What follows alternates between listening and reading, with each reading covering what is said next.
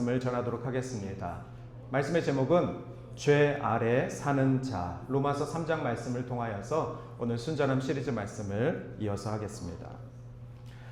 여러분, 조선의 왕의 이름을 기억하십니까? 우리가 조선의 왕의 이름을 암기할 때 태종태세 문단세,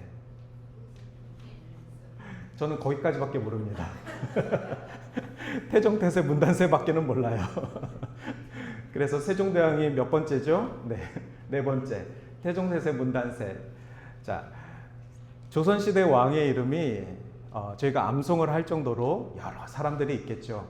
자, 근데 그 중에서 가장 짧은 시간 삶을 산 왕이 있었습니다. 태종태세 문단세 중에 한 명입니다. 그 왕의 이름이 누군지 혹시 아십니까? 네, 맞습니다.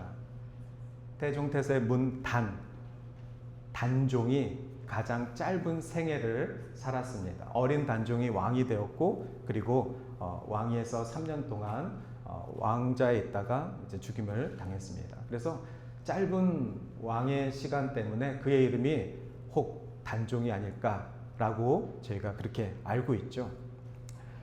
한국에서 요즘에 유명한 영화가 하나 있습니다. 아주 인기 있습니다. 왕과 사는 남자 라는 영화입니다.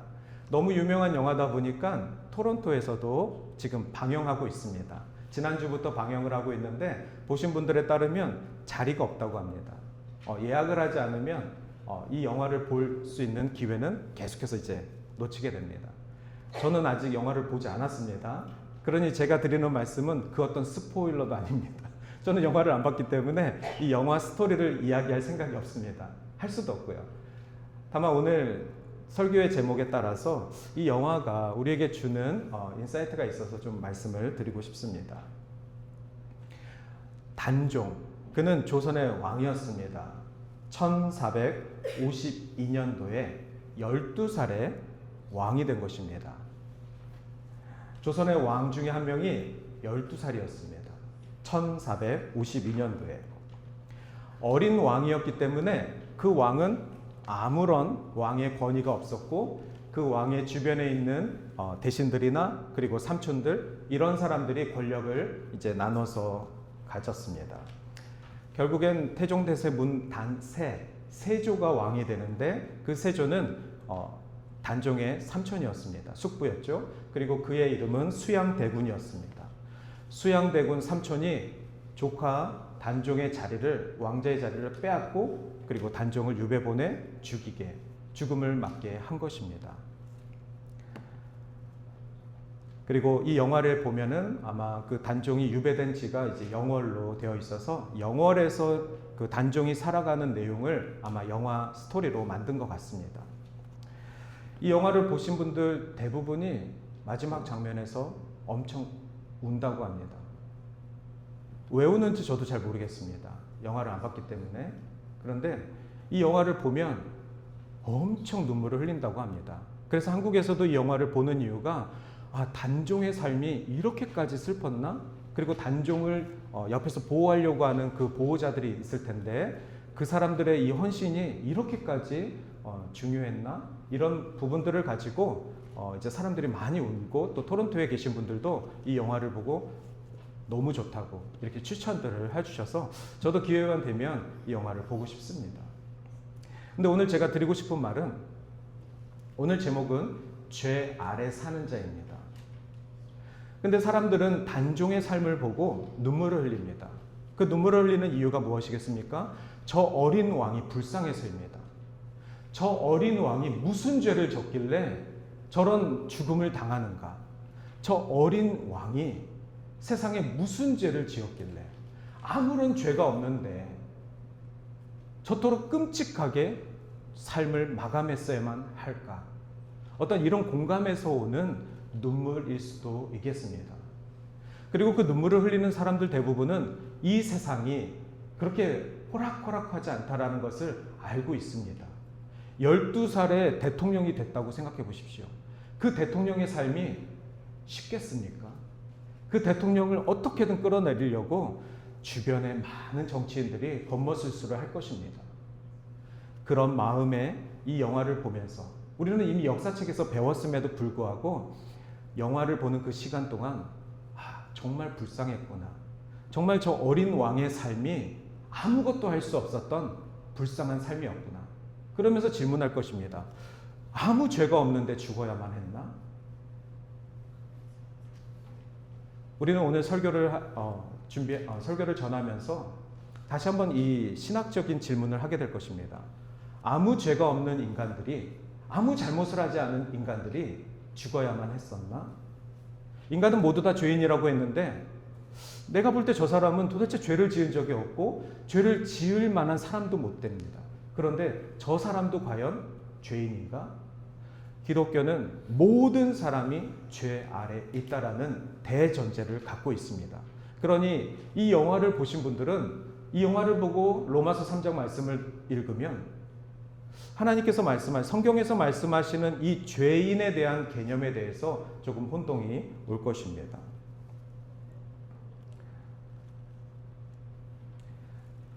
찾아보니까 1452년도에 조선에서는 단종이라는 왕이 12살에 왕이 되어서 이렇게 3년 동안 왕위를 살다가 죽음을 당했는데, 비슷한 시기에 1483년도에 영국 잉글랜드에서도 비슷한 사건이 있었다고 합니다. 그 왕의 이름은 에드워드 5세였는데 그 에드워드 5세와 그리고 동생 리처드 왕자가 있었는데 이 두 왕자가 12살에 왕위에 오릅니다. 그리고 그의 삼촌이 리차드가 이 어린 조카 왕들을 전부 다 탑에 가둡니다. 그래서 영국 역사책에는 이 사건을 탑 속의 두 왕자라는 스토리가 있습니다. 단종이랑 똑같죠. 영월로 유배된 단종, 탑 속에 갇힌 두 왕자. 조선과 잉글랜드는 굉장히 떨어진 시대에 살고 있는 나라입니다. 하지만 비슷한 시기에 어린 12살의 왕자가 왕이 되었는데 똑같이 삼촌이 그 조카의 왕자를 빼앗고 그 조카의 왕이자 조카인 왕자들을 전부 다 죽음으로 몰았습니다. 그리고 실제 그 숙부들이 그 다음 왕위를 역사에 기록될 만큼 왕의 역할을 하였습니다. 오늘 이런 스토리를 가지고 저희가 로마서 말씀을 조금 더 다른 각도에서 이해를 했으면 좋겠습니다. 로마서 3장 1절에 이렇게 나와 있습니다. 그런즉 유대인의 나음이 무엇이며 할례의 유익이 무엇이냐. 로마에 있는 크리스찬들에게 바울은 유대인들이 갖고 있는 특권이 무엇이냐. 그들이 선택된 하나님의 백성인데 그들은 할례를 받아 구원을 받은 하나님의 백성이고 율법을 지키는 하나님의 선택된 백성인데 도대체 그들의 나음이 무엇이냐라고 로마에 있는 이방인 크리스찬들과 유대인 크리스찬들에게 하나님의 말씀을 전하는 것입니다. 또한 그들의 유익이 무엇이냐, 할례의 유익이 무엇이냐, 할례를 받으면 구원받는 것 맞는가, 율법을 지키면 구원받는 것 맞는가? 결론적으로 바울은 로마서 3장에서 아니다. 모든 사람이 죄 아래 사는 자들이다. 하나님께서 선택하신 유대인도 죄 아래 사는 것이고 할례를 받고 율법을 지킨 자들도 다 죄 아래 사는 자들이고 이방인들도 하나님을 알지 못하지만 그들도 죄 아래 사는 자들이고 로마인이나 로마의 황제나 그리고 이 땅에 살고 있는 모든 거주민들은 다 죄 아래 사는 자들이다. 구원 문제에 있어서는 선택도 할례도 율법도 그 어떤 것도 예외가 되지 않는다. 이 메시지를 전하는 것입니다. 로마서 3장의 메시지를 가지고 다시 왕과 사는 남자 또 탑 속의 두 왕자 이야기로 돌아가 보면 과연 그들이 죄가 없을까? 시청자들은 저 죄 없는 12살 왕이 무슨 죄를 졌길래 저토록 끔찍한 일을 저지른가 하고 감정적인 눈물을 흘릴 수 있지만 과연 그들이 죄가 없을까? 또 하나, 그 12살의 왕이 어떻게든 살아남아서 10년, 20년, 30년 왕자를 지켰다고 생각해 보면 역사는 이렇게 기록할 것입니다. 저 왕은 어린 나이에 왕이 돼서 세상 물정을 모른다고. 지 마음대로 나라를 다스린다고. 순간적으로 사람들은 어린 왕에 대해서 감정적인 이모션은 갖지만 나중에 그 왕이 잘못된 왕위를 가졌을 때는 저 왕이 어린 시절부터 잘못된 교육을 받아서 저토록 나쁜 왕정을 펼친다라고 또 평가할 것입니다. 즉 단종도 에드워드 왕자도 죄 아래 사는 자이들입니다. 언젠가 어떤 상황 속에서 우리 모두 다는 어떤 죄를 어떻게 지을지 모르기 때문에 모두 다가 죄 아래 사는 것입니다. 지금 우리가 볼 때 이 앞에 있는 이 아이들, 이 귀한 아이들이 무슨 죄를 졌길래, 뭘 잘못했길래 이런 설교를 들어야만 하는 것인가? 우리는 지금은 이렇게 볼 수 있습니다. 하지만 이 아이들이 나중에 커서 자기들 잘났다고 부모 무시하고 신앙 무시하고 교회 무시하고 세상 무시하고 내 맘대로 살아가는 그 세상 속에 우리는 과연 아무리 예쁘고 아무리 좋은 내 자식들이라도 이 아이들이 과연 죄 아래 살지 않는 예외적인 사람이 될 수 있는가? 라고 우리는 정확하게 말할 수 있는 것입니다. 지금 이 아이들이 살아가는 저 모습을 보면 눈물을 흘리겠죠. 이 아이들을 어떻게든 보호하고 싶겠죠. 이 아이들이 끔찍한 일을 당하면 우리는 이 죄 없는 아이들을 어떻게 라고 비난할지 모릅니다. 그러나 그 누구도 예외가 될 수 없는 것입니다. 지금 죄를 안 지었을 뿐 충분히 죄를 지은 가능성이 인간 안에 내재되어 있다는 것이 바로 성경이 말하고 있는 죄 아래 사는 자들입니다. 그렇다면 우리는 사람들을 보고 비관적으로 여길 수 있겠습니까? 너 나중에 죄를 지을 거 뻔하잖아. 너 나중에 잘못할 거 뻔하잖아. 우리가 사람을 대할 때 그렇게 대합니까? 그렇지 않습니다. 주님께서 우리에게 주신 복음은 그런 복음이 아니라 우리 모두 다는 죄를 지을 수 있는 사람이고 저 어린 아이들도 나중에 커서 죄를 지을 충분한 가능성이 있는 자들이지만 하나님의 말씀으로 예수 그리스도의 복음으로 지금부터 죄 아래 살지 않고 하나님의 나라의 백성으로 살 수 있도록 양육하고 가르치고 그 복음으로 살아가게끔 우리가 가르쳐야 된다는 것입니다. 저와 여러분들도 충분히 죄 아래 살고 있습니다. 충분히 내년에 어떤 죄를 지을지 우리는 알 수 없을 정도로 인간입니다. 그러나 우리가 오늘도 죄 아래 살지 않고 하나님의 백성으로 예수 그리스도의 복음으로 살아가겠다 다짐하며 그러한 백성의 삶을 살아갈 때 우리의 내년에는 여전히 하나님의 나라와 복음이 있는 것입니다.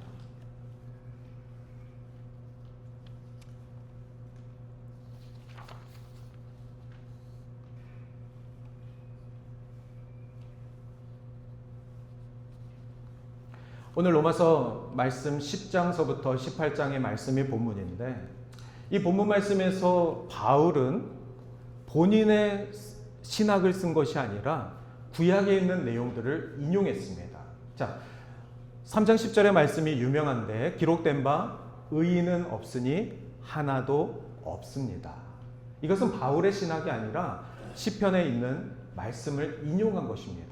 시편 14편 1절과 53편 1절에 의인은 없나니 하나도 없다라는 것이 유대인들의 가르침입니다. 또한 신약시대의 바울의 가르침입니다. 오늘날 우리들에게도 동일하게 적용되죠. 우리 모두에게는 의인이란 없습니다. 우리 모두는 죄인입니다. 죄 아래 사는 자들입니다. 그러니 우리에게 필요한 것은, 죄인에게 필요한 것은 의인이 아닌 우리들에게 필요한 것은 오직 의인이신 예수 그리스도, 그분의 복음만이 우리를 죄인에서 의인으로 옮겨줄 수 있는 열쇠라는 것입니다. 계속해서 3장 11절에 깨닫는 자도 없고 하나님을 찾는 자도 없고 이 모든 것이 바로 죄 아래 사는 자들의 모습인 것이죠. 오늘가 일주일에 한 번씩 같이 예배를 드리면서 우리가 하나님의 말씀을 사모하고 하나님의 나라 백성의 삶을 훈련받는 이유는 우리의 삶 속에서 하나님의 말씀에 깨닫는 깨어 기도하는 그 삶을 혼자서는 죄인의 몸으로는 감당하기 어렵기 때문에 그렇습니다. 그러니 공동체가 모여서 함께 위로하고 또한 말씀으로 깨닫고 훈련되어질 때 비로소 우리의 삶 속에서 복음으로 살아갈 수 있는 그 의지를 갖게 되는 것이죠. 하나님을 찾는다는 것, 인간의 노력으로는 하나님을 발견할 수는 없지만 우리의 기도와 우리의 신앙이 매일매일 하나님 나라에 포커스되어 있어 하나님을 찾는 신앙으로 살아가야지만 된다는 것입니다. 그것은 나의 신앙에도 도움이 되고 그리고 나와 함께하고 있는 공동체에게도 그 신앙은 영향력을 미쳐줄 수 있는 것입니다. 여러분, 한 사람 한 사람이 하나님을 찾는 자 되고 하나님의 말씀으로 깨닫기를 사모할 때 누군가가 그 모습을 보고 도전을 받고 그리고 누군가가 그 위로와 그 영향력으로 함께 주의 길을 갈 수 있는 것이죠. 다 치우쳐 함께 무익하게 되고 선을 행하는 자는 없나니 하나도 없도다. 계속해서 구약에 있는 말씀이 이렇게 나옵니다. 그들의 목구멍은 열린 무덤이요 죄인들의 삶이라는 것입니다. 아무리 크리스찬이라도, 아무리 구원을 받았고 아무리 할례를 받고 아무리 하나님의 선택된 백성이라고 할지라도 하나님을 찾지 않는 삶을 살면 그들의 목구멍은 열린 무덤이라는 것입니다. 그 혀로는 속임을 일삼으며 그 입술로는 독사의 독이 있고, 지금 세상 사람 이야기하는 것이 아니라 유대인들 그리고 이방인 크리스찬들에게 하는 말입니다. 바울은 오늘날 크리스찬에게도 동일하게 말하는 것입니다. 우리들의 입술에 정직이 없고 거짓을 담는 것은 예외가 될 수 없다는 것이죠. 왜죠? 우리는 모두 다 죄 아래 살고 있기 때문에 그렇습니다. 그 입에는 저주와 악독이 가득하니, 이 모든 문구들이 바울의 이야기가 아니라 유대인이 뼛속까지 알고 있었던 구약의 말씀들입니다.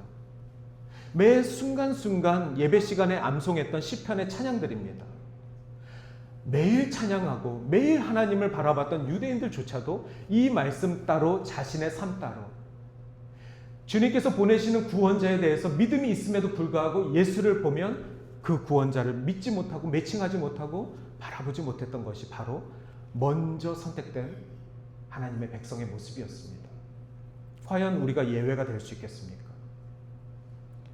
오늘 3장 18절에 그들의 눈앞에 하나님을 두려워함이 없느니라. 저는 오늘 말씀을 마치면서 우리들의 신앙 그리고 지금 어린 자녀들과 함께 우리가 예배를 드리며 온 가족 예배를 드리고자 하는 그 이유는 우리들이 하나님을 두려워하고 있는가? 우리 가정이 하나님을 두려워하고 있는가? 우리 부모님이 하나님을 두려워하고 있는가? 하나님을 찾는 가정인가? 하나님 없이는 도저히 살 수 없는 교회인가? 그 신앙을 과연 우리 아이들이 바라보고 내가 존경할 만하다, 내가 영향을 받을 만하다, 아이들이 이 예배의 증인입니다. 저는 온 가족 예배가 단순히 모여 예배하는 것이 아니라 우리들의 신앙이 우리 한인들의 크리스찬이 자녀들에게, 또 특별히 2세 자녀들에게, 언어가 다른 자녀들에게 신앙을 분리하는 것이 아니라 그들의 미래의 신앙의 삶을 우리가 포기하는 것이 아니라 함께 아파하고 우리가 살아온 세대 그리고 그들이 살 세대를 함께 기도하며 부족하지만 우리도 연약하지만 그래도 내 자녀인데, 그래도 우리 교회 자녀들인데 이들이 살아갈 그 세상 속에, 그 가정과 그 교회 속에 하나님을 두려워하는 신앙인으로 살아가게끔 우리가 기도하며 말씀 나누고 함께 예배 가운데 초청해서 우리 예배, 우리 신앙의 증인 되어달라.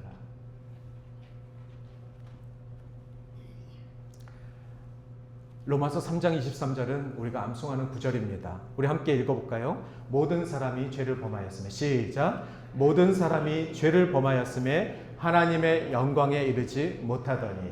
우리 영어로도 함께 읽겠습니다. 시작. For all have sinned and fall short of the glory of God. 우리 모두 다는 죄인입니다. 죄 아래 사는 자들입니다. 그러나 예수 그리스도를 통하여서 우리가 하나님의 영광을 바라볼 수 있게끔 도와주신 것이 은혜입니다.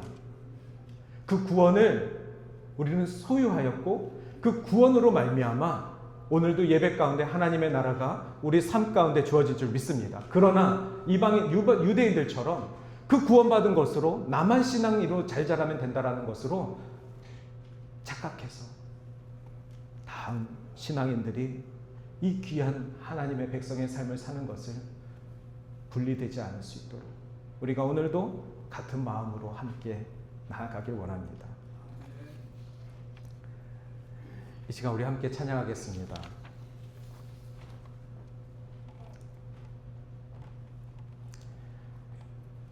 부르신 곳에서 나는 예배하네. 이 찬양의 가사를 보면 하나님 나를 부르신 곳에서 하나님을 찬양하길 원합니다. 하나님 내가 있는 곳에서 하나님을 바라보길 원합니다. 이 찬양의 가사가 너무나도 좋습니다. 여러분 무엇으로 부름받았고 어디에 서 계십니까? 우리가 중요한 것은 어디에 어떤 처지가 아니라 부르신 각자의 그 자리에서 하나님을 예배하는 것. 하지만 우리가 대단해서 그 예배하는 것이 아니고 우리가 대단해서 그 부르심 자리에 설 수 있는 것이 아니고 오직 성령의 인도하심과 예수 그리스도의 구원을 받은 바 그 은혜로 말미암아 할 수 있다는 것을 꼭 기억하시고 저와 여러분 오늘도 우리를 인도하시는 성령님을 의지하며 함께 나아가길 원합니다. 같이 찬양하겠습니다.